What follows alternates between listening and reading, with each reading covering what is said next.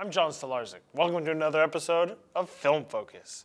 This week we take a look at the amazing Spider-Man 2, starring Andrew Garfield and Emma Stone.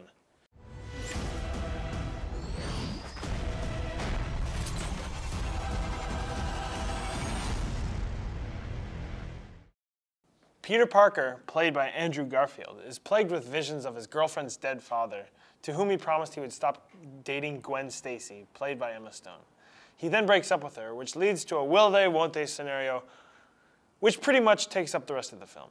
As Spider-Man, he apprehends a common thief stealing a truck, saving the life of Max Dillon in the process, played by Jamie Foxx. Max becomes obsessed with Spider-Man to a very unhealthy degree. While working alone, he later falls into a vat of electric eels, mutating him into a living battery. While this is happening, Peter Parker meets up with his old friend Harry Osborn, who has just inherited Oscorp, his father's company. Peter learns that Osborn will die if he doesn't get a sample of Spider-Man's blood.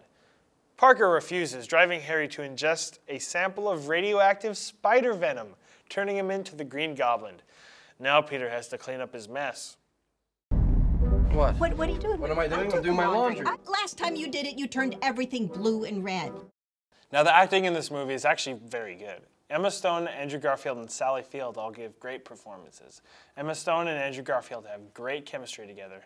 Andrew Garfield is surprisingly funny, and Sally Field grounds the movie in a more human element. Unfortunately, Jamie Foxx does not give a very good performance as Electro.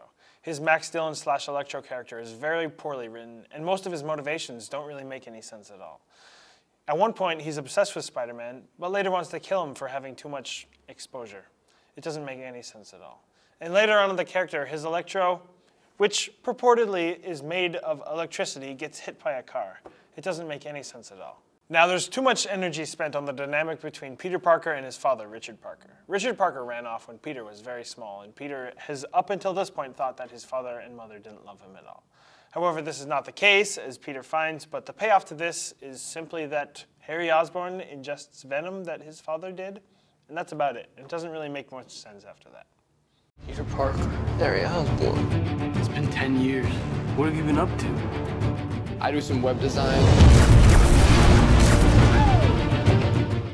In the end, this movie tries to do so much and so many things that it ends up being a whole mush of sort of nothingness. I give this film 2 Toby Maguire heads out of 4.